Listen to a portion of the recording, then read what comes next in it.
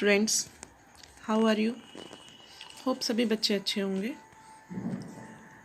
We started our chapter ecosystem.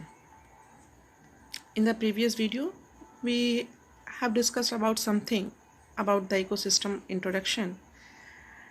Today we will discuss about the ecosystem structure and function. You study how the individual biotic and abiotic factors affected to each other and their surroundings.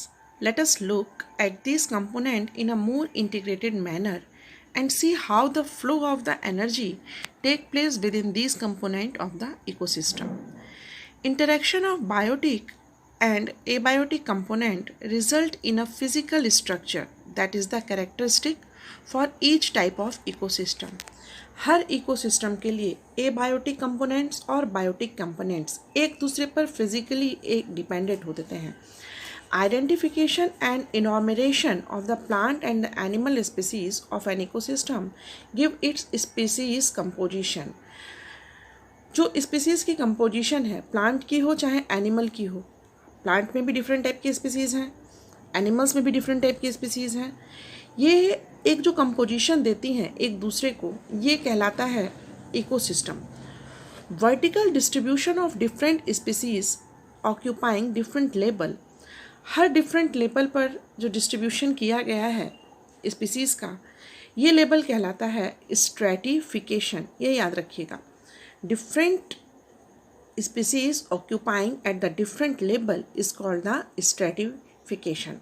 For example, trees occupy top vertical strata or layer of forest shrub and the second and herbs and grass the bottom layer. आप ऐसे करके देखें कि अगर आप कहीं पहाड़ पर चढ़ रहे हैं, सबसे ऊपर पहाड़ पर आप जाएंगे तो आपको बहुत बड़े बड़े फॉरेस्ट मिलेंगे, सागौन और पाइनस, साइकस. ये सारे प्लांट कहाँ हैं? ये ऊंचाई पर हैं, at the top of the bottom, and this is known as the layer of forest. फिर आप थोड़ा नीचे आएंगे तो आप लोगों ने फर्स्ट ईयर में पढ़ा होगा कि जो एंजियोस्पर्म्स प्लांट्स होते हैं वो शर्ब लाइक स्ट्रक्चर में होते हैं. ये जब आप पहाड़ से थोड़ा नीचे उतरते हैं, जैसे मान लीजिए जम्मू पहुंच गए, जम्मू से आप नैनीताल में आ जाएंगे तो वहाँ जो प्लांट्स होंगे वो सेकेंड लेयर के होंगे, शर्ब्स की लेयर में.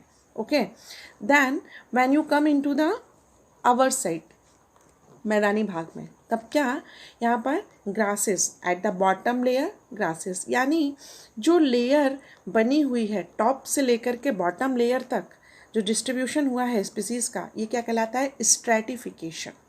Okay, the component of the ecosystem are seen to function as a unit. हर कंपोनेंट इकोसिस्टम में जो आपको दिखाई दे रहा है वो क्या है? वो एक फंक्शन के तहत तैयार किया गया है. जैसे फर्स्ट क्या है? Productivity, decomposition, third energy flow and fourth is the nutrient cycling. बहुत बेहतर तरीके से आप इनको अंडरस्टैंड कैसे करेंगे? अब आप अपना बुक में देखें कितना बढ़िया सा एग्जाम्पल दिया गया है. Pond is an example. This is the Fairlie and a self sustainable unit and rather simple example that explain even the complex interaction that exist in an aquatic system. Aquatic system में आप जब pond का उदाहरण लेते हैं तो pond is a shallow water body in which all the above mentioned four basic components of an ecosystem are well exhibited. यानी आप जब pond में पहुँचेंगे तो आप अपने दिमाग में खुद लगाओ, pond में आपको 4 तरह का ecosystem दिखाई देता है. कैसे? Rich soil deposit eight the bottom of the pond. पहला क्या है? Rich soil deposit eight the bottom of the pond. The solar input the cycle of the temperature, day length and the other climatic condition regulate the rate of the function of the entire pond. अंदर pond में जितना भी function हो रहा है वो आपके temperature से, आपके सनलाइट से कंट्रोल होता है. The autotrophic component include the phytoplankton, some algae and the floating submerged and the marginal plant found at the edge. ये किनारे पर मिलते हैं. The consumers are represented by the zooplankton, free swimming and the bottom dwelling forms. अब जो उनके consumers हैं वो कहाँ हैं? वो आपको स्विमिंग करते हुए मिल जाएंगे, बॉटम पर मिल जाएंगे. And decomposers are the fungi, bacteria and the flagellate, especially abundant in the bottom of the pond. किनारे पर भी आपको decomposer मिलेंगे, bottom में भी आपको decomposers मिलेंगे. This system perform all the function of any ecosystem and of the biosphere as a whole, that is conversion of the inorganic into organic material with the help of the radiant energy of the sun by the autotrophs. Autotrophs कौन से हैं? वो जू planktons वगैरह जो अपना भोजन खुद बना रहे हैं. Consumption of the autotroph by the heterotrophs. In autotrophs को जो खा रहे हैं वो कौन से हैं? वो हेटरोट्रॉफ्स हो गए. Decomposition and the mineralization of the dead matter to release them back for reuse by the autotrophs.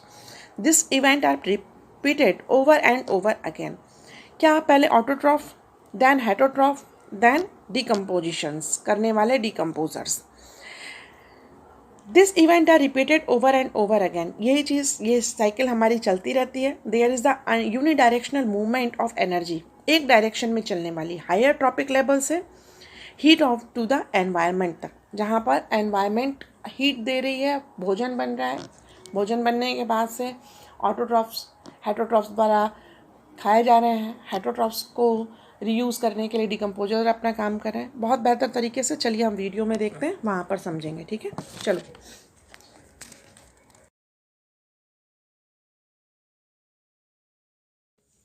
These living and non-living things are the basic component of ecosystem. Living things are also known as the biotic components. The term bios means life. Non-living things are known as abiotic components, and abiotic means no life. Plants, animal, bird, microorganism are the part of biotic components. What the plants give us? Who can prepare their own food? Obviously, plants. What we acquired from the plants? They acquired food from the plants.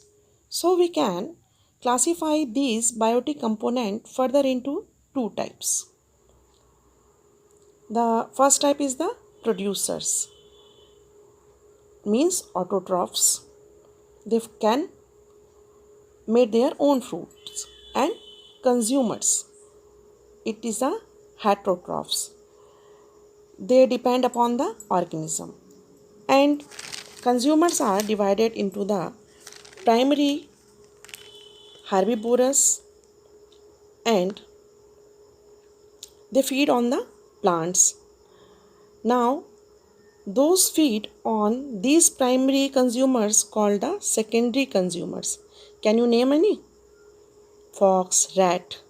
And the animals, those feed on these secondary consumers, that animal like lion, tiger, they are called the tertiary. Where do these microorganisms falls in these living components? Now, they are the decomposers, which are depending on the feeding of consumers. Okay, decaying matter actually carry decomposition. And now we come on to the non-living abiotic components. Include rain, wind, soil, minerals, etc.